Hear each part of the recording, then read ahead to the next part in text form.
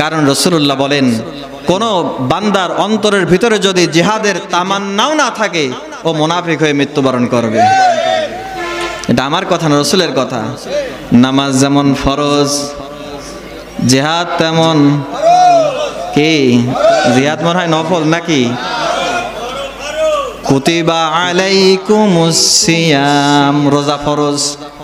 কুতিবা আলাইকুমুস সিয়াম, কুতিবা শব্দ দিয়ে ফরজ করা হলো। এইবার দেখেন, কুতিবা আলাইকুমুল কিতাল, যুদ্ধ করা ফরজ। রোজা যেই শব্দই ফরজ হলো, জিহাদ কি সেই শব্দই নফল হবে নাকি? হ্যাঁ, কিছু কিছু মানুষ বলে যে জিহাদের বই পাওয়া গিয়েছে। হ্যাঁ, জিহাদের বই পাওয়া গেছে তাই আটক।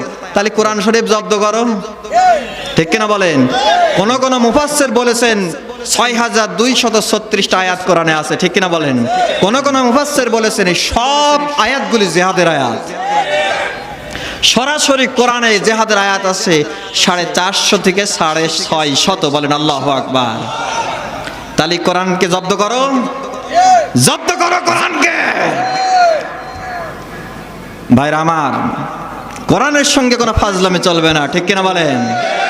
এই কোরআন হেফাজত করেছেন আল্লাহ, কোরআন নাজিল করেছেন আল্লাহ, হেফাজত করবেন কে? আল্লাহ হেফাজত করবেন। আমার কথা না, আল্লাহ বলছেন, ইন্না নাহনু নাযালনা যিকরা ওয়া ইন্না লাহু লাহাফিজুন। আল্লাহ রাব্বুল আলামিন বলেন, এই কোরআন আমি নাজিল করেছি, আর এই কোরআন হেফাজতের দায়িত্ব আমি আল্লাহ রাব্বুল আলামিন গ্রহণ করে নিয়েছি।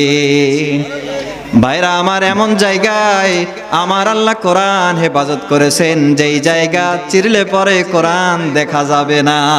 ধ্বংস করবে কিভাবে, ঠিক কিনা বলেন?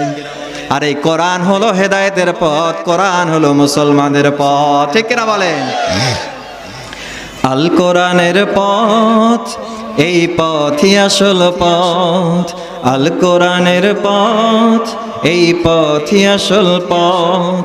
অন্য পথে অন্য মতে নেই যে রহমত, ঠিক কিনা বলেন? আছে? আল কোরআনের পথ, এই পথই আসল পথ। আল কোরআনের পথ, এই পথই আসল পথ। অন্য পথে অন্য মতে নেই যে রহমত। আল কোরআনের আলোয় যার জীবন আলোকিত, সে চির বিপ্লবী, নয় কখনো ভীত, ঠিক না?